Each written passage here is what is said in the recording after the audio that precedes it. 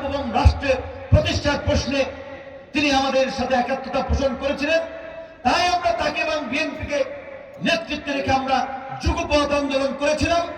সেই সময় বিএনপি ঘোষণা দিয়েছিল যুগপৎ আন্দোলনের মৃত্যুদেরকে নিয়ে একসাথে নির্বাচন করবে, একসাথে জাতীয় সরকার গঠন করবে। তাই আমরা আন্দোলন সংগ্রাম থেকে আমাদের যে চিন্তা ভাবনার মৌলিকত্ব, বাংলাদেশকে পুনর্গঠন করার জন্য আমরা যে 31 দফা দিয়েছিলাম, আজকে রাষ্ট্র সংস্কার জুলাইয়ের যে জুলাই সনদ, এর অধিকাংশ কথাই কিন্তু এই 31 দফাতে আছে। সেই 31 দফা শুধু বিএনপির 31 দফা নয়, যুগপৎ আন্দোলনকারী সকল দলের একটি সমন্বিত দলিল। সেই 31 দফার বাস্তবায়ন, জুলাইয়ের আকাঙ্ক্ষার বাস্তবায়নে আমরা ভেবে চিন্তে সবকিছু বিশ্লেষণ করেই আমরা মনে করেছি যে বিএনপির নেতৃত্বে আগামী সরকার গঠিত হতে হবে এবং সেই সরকারের মাধ্যমে আপনি জানেন গণ অধিকার পরিষদ একটি নিবন্ধিত রাজনৈতিক দল, ছাত্র প্রতীকে নিবন্ধিত একটি রাজনৈতিক দল।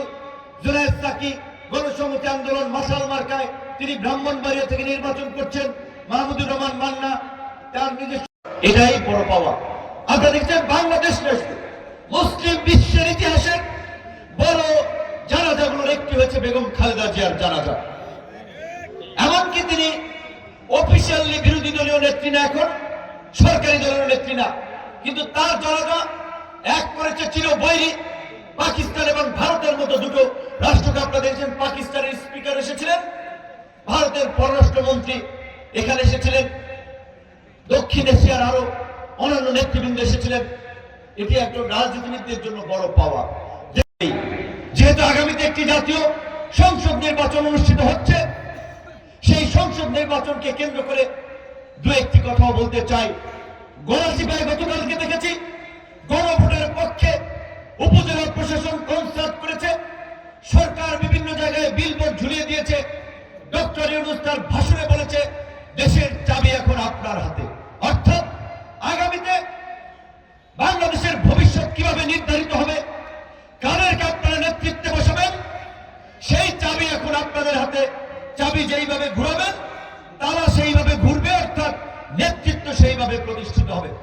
কাজে এই জাতীয় সংসদ নির্বাচনে আমরা যেটা বলবো, অবশ্যই যাদের দ্বারা এলাকার এবং জনপদের উন্নয়ন হবে, একটা মানবিক সমাজ এবং ন্যায় ইনসাফের রাষ্ট্র বিনির্মাণ হবে, তাদেরকে আমাদের জনপ্রতিনিধি হিসেবে বেছে নিতে হবে। আপনাদের কাছে যদি মনে হয় বিএনপি সমর্থিত গণ অধিকার পরিষদের প্রার্থী পটুয়াখালী 3 আসনে ভিপি নুরুল হক নূর এই এলাকায় যারা প্রার্থী আছেন, তাদের চেয়ে তিনি নির্বাচিত হলে এলাকার জন্য কাজ করতে পারবেন, এই জনপদকে শুধু বাংলাদেশ নয় আন্তর্জাতিক ভাবে তুলে ধরতে পারবেন, আপনারা ভোট দিবেন। যদি মনে হয় আমার চেয়ে অন্য প্রার্থীরা ভালো করতে পারবে, তাদেরকেও ভোট দিবেন। আমার কোনো দাবি দেওয়া নাই, আমি বলবো।